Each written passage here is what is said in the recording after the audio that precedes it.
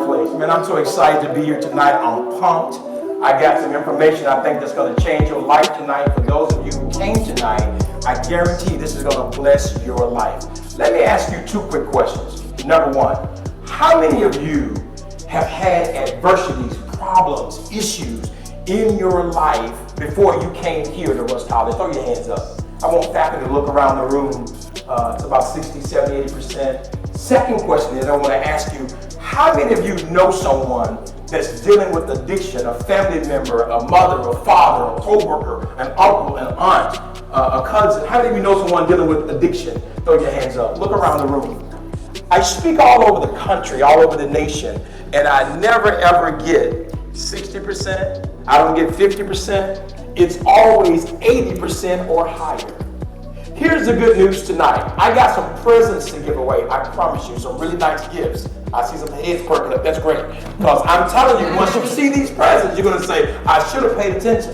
I'm going to call a few of you down up front and ask you a couple of questions, very simple questions about my talk. If you get it right, I got something nice that I got for you. I want to bless you with, give it to you from my talk. Kimmy, is that okay? Yes, sir. If you don't talk back to me, I get crazy. I'm sorry. I'm a recovery pastor. Pray for me. So I'm just telling you, it's important that you talk back to me. So listen, let me just tell you this. In 1983, let me tell you what happened to me.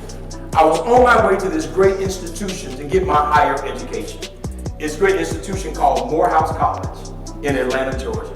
Guys, what was so crazy about me leaving to go to school, my mother was on the couch intoxicated. She was completely drunk. She gave me a $100 bill and she said, son, please make the family proud. $100. How many know $100 is not a lot of money to start your college career? Okay, that's everybody. Okay, good.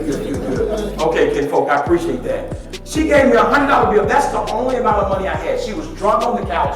My father, old dude, was drunk outside in South Memphis on the street. He had defecated on himself, urinated on himself. It was hot outside. You can imagine what it smelled like. I went the night before to get some money from him to go to Morehouse. Absolutely, he gave me nothing. He was robbed the night before because every time he would come, they would take his money. And so I went to Morehouse with $100 to start my dream of my higher education. You know what is so crazy? I started Morehouse alone. That was the beginning of my dysfunction. I started Morehouse by myself. My mother didn't go to school with me. No one dropped me off. No one walked me around to see my dorm. They didn't buy me no microwave. I got absolutely nothing. I went to Morehouse in a station wagon to start my career. That's how I got started at Morehouse. So here's what I said to myself on my way to Morehouse. The fact that my mother was a drunk, my daddy was a drunk, what I said to myself, I'm not going to drink, period, when I get to Morehouse. How about the first week I get to Morehouse? What do you think I did, John? This is a smart class. Boy, this is a smart class. I'm talking the first week I was drunk. I mean, they had to pull me out of Bennigan's. You know that's old school. They had to pull me out of Bennigan's the first week I got there. I'm throwing up everywhere the first week I got to Morehouse. You're talking about how to overcome adversities or problems. I didn't really know how to do that. One of my main problems was I was an enabler. I had issues. And so for me, I'm in Morehouse now. Even though I want to get better, I'm struggling. Here's a gift that somebody gave me that nobody can take away from me. I had a great memorization. So even though I was at Morehouse struggling, I was still making A's and B's at Morehouse. As a matter of fact, Morehouse was founded in 1867. Our most famous alumnus is Martin Luther King Jr. I think I feel a quiz coming on for later. Our most famous alumnus is Dr. Martin Luther King Jr., who graduated in 1948 from Morehouse. Okay. Spike Lee, 1979. So it's a very famous school, and that's where I really, really wanted to go. So if you guys are smart today, I want to give you a couple keys that are going to absolutely bless your life. I'm going to give you some keys that will change your life for a lifetime. I wish when I was at Morehouse, someone like me would have come and spoke to me and shared with me about their life story.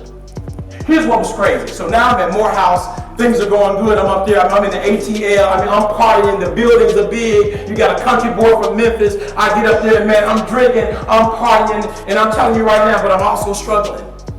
Like many of you and some of you friends that you know. And so my purpose for coming here is to help you, to share with you that there's a silver lining when I get done sharing with you what I want to talk about. Let me give you a little bit about my story. So I get to Morehouse, and for me, I said, okay, I really need to get my education. It's important. I was the first in my family to get a higher education. Can you imagine all the people in my family? I would be the first to graduate from college. Out of all those people, how many of you in this audience, you're the first to graduate from your family?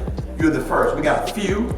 Look at that. Oh my goodness. You got several people. So even back then, in 1983, I was the first in my family to get a higher education. So I'm at Morehouse, and I know for a fact, I said, listen, I gotta make sure I get this thing done. I gotta get my degree, it's important. But man, I'm telling you, I was struggling. Catch this, from 83 to 85, I ended up becoming one of the top marketing students in the school. But here's the problem, I was showing up to class drunk almost every day. The same person who said he would never drink, I'm now morphing into an alcoholic at school. Like some people may be here. I'm drinking every day.